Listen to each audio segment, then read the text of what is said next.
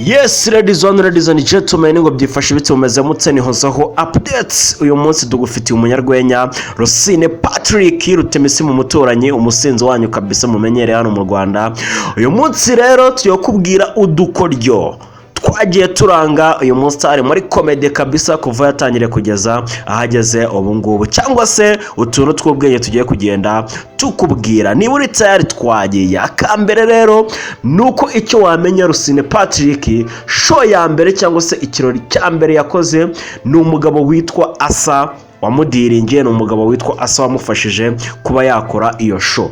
Icya kabiri nuko Rusine bwa mbere ubwo yajyaga kuri stage, icyo gihe ajya kuri stage yakoze iminota igera kuri 3 yonyine nibwo yagombaga kuba yatambutsa iyo comedy ye. Gusa igitangaje ijoro rya mbere bwari buke ajya gukora iyo comedy kabisa y'iminota 3 ngo ntago yigize asinzira, bwarinze bucya kabisa akireba yumvaga ari nk'ibintu by'inzozi kabisa. Ikintu cya gatatu, Rusine Patrick ngo bajyaga bamuha itike mu mwanya wo kumuhereza umushahara, bitewe nuko nyine yarakizamuka kihirenga mu mwanya wo kumuhereza umushahara bakavuga uti wenda umushahara wawe n'uyu, ahubwo waravuga uti akira itike kabisa ikugeza iwanyu. Ikindi nuko 2016 kugeza 2017 nibwo yigize gukora show ayikorera mu kigo yigagamo kabisa muri segondere. Gusa igitangaje nuko iyo show kuyinjiramo byabaga ari amafaranga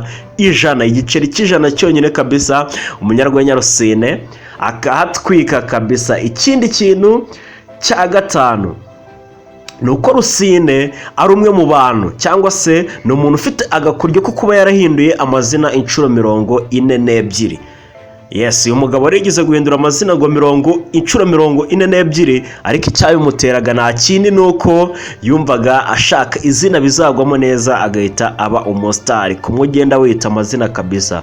Ikintu cya gatandatu rero nuko ubwo hari tariki 17 z'ukwezi kwa gatatu mu 2018 ngo nibwo umunyarwenya Rusine yaje guhura na Asa, ndetse kubw'amahirwe aza guhura n'umugabo witwa Clapton Kiboke ari nawe boss we kabisa. Ubu ngubu kuri ubu ngubu bari gukorana bya danje, baza guhura rero ubwo yaraje muri audition kabisa. Clapton icyo gihe we ngo yari judge.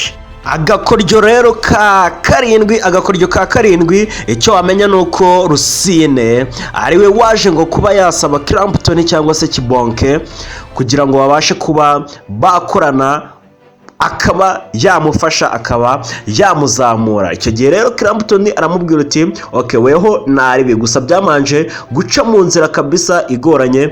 Rusine ari kunenga aravuga uti njyaho uzamengeka hose ngiyewe nzahakina kabisa mu mutoranyi, niko kumushyiramo. Agakoryo rero ka munani karanze uyu mugabo witwa Patrick Rusine ngo nuko Rusine ubwo yinjiraga muri filimi umuturanyi, ubundi yaragiye kuza gukina role ari umuganga, gusa biza kurangira bayihinduye iyo role, baravuga uti noneho we sasa Temisi kina uri umukozi kabisa, uri umuzamu. Biza kurangira rero ari umuzamu wa Papa Idi. Ikintu cya 9 rero ngo nuko Rusine yakoze kuri radio akajya akora inkuru zimwe na zimwe kabisa zikagenda zitambukaho kuri Power FM. Ikintu cya 10 nuko Rusine itike yakoreshaga ajya muri show ari nyina wayimuhaga, kugira ngo Rusine abe yava iwabo avuga uti ngiye aha n'aha ngaha ngiye gukora komedi zanjye,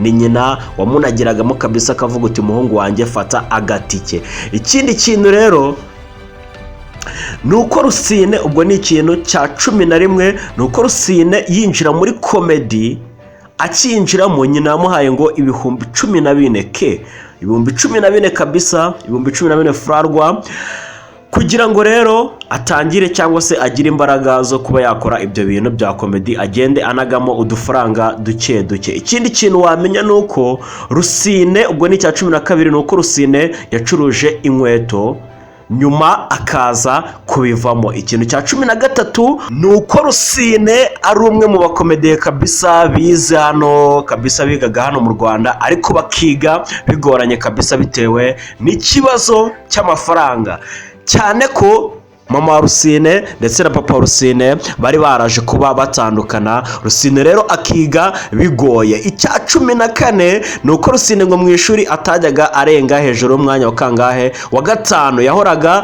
kuva kuri 1 kugeza kuri 5 arimo aho hagati. Ikintu cya 15 nuko mama we ari we wamufashaga kabisa kuba yamurihira ishuri, akamufasha n'ibindi bintu byose bigiye bitandukanye. Iyi ni Hozaho update, kanda subscribe tujye tubana umunsi ku wundi.